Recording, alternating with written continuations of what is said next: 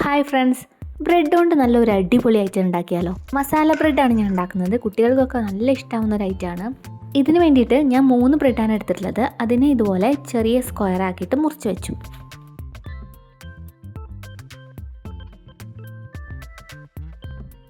ഇനി stove on ചെയ്ത് ഒരു പാത്രം വയ്ക്കുക. അതിൽ കുറച്ച് വെളിച്ചെണ്ണ ഒഴിച്ചു കൊടുക്കുക.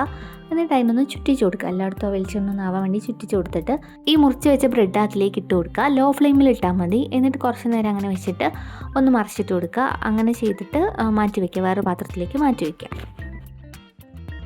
ഇനി ഇതിൻ്റെ മസാല ഉണ്ടാക്കാൻ വേണ്ട വെജിറ്റബിൾസൊക്കെ റെഡിയാക്കി വയ്ക്കാം. 1.5 സവാള, പിന്നെ ഒരു തക്കാളി, 2 പച്ചമുളക്, കുറച്ചല്ലി വെളുത്തുള്ളിയും പിന്നെ ഒരു ചെറിയ കഷ്ണം ഇഞ്ചിയാണ് ഞാൻ എടുത്തുള്ളത്. അതൊക്കെ ചെറുതായിട്ട് മുറിച്ച് വയ്ക്കുന്നുണ്ട്. നല്ല ചെറുതായിട്ടാണ് മുറിക്കുന്നത്. പിന്നെ ഈ ഇഞ്ചിയും പിന്നെ വെളുത്തുള്ളിയും കൂടെ ചതച്ചും വയ്ക്കാം.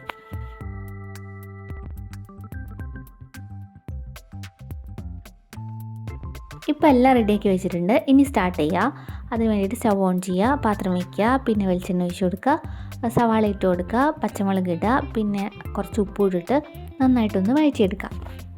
ഇത് നന്നായിട്ട് വാടി വന്നപ്പോൾ ചതച്ച് വെച്ചിട്ടുള്ള വെളുത്തുള്ളി ഇഞ്ചിയും ചേർത്ത് കൊടുക്കുക, പിന്നെ തക്കാളിയും ചേർത്ത് കൊടുക്കുക. എന്നിട്ട് നന്നായിട്ടൊന്ന് വഴറ്റിയെടുക്കുക. എല്ലാം കൂടെ നന്നായിട്ട് വഴറ്റിയെടുക്കുക.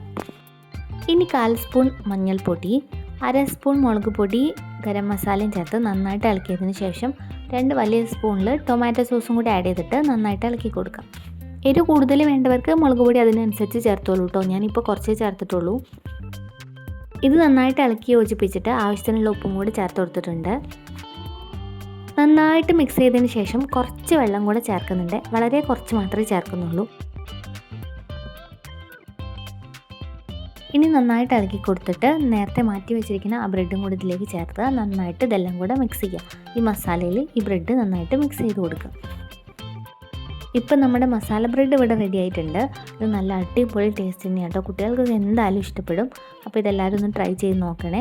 അതുപോലെ ഈ വീഡിയോ ഇഷ്ടപ്പെട്ടാൽ ലൈക്ക് ചെയ്യാനും ഷെയർ ചെയ്യാനും കമൻറ്റ് ചെയ്യാനും അതുപോലെ എൻ്റെ ചാനൽ ഒന്ന് സബ്സ്ക്രൈബ് ചെയ്ത് സപ്പോർട്ടും കൂടി ചെയ്യാൻ മറക്കല്ലേ കേട്ടോ.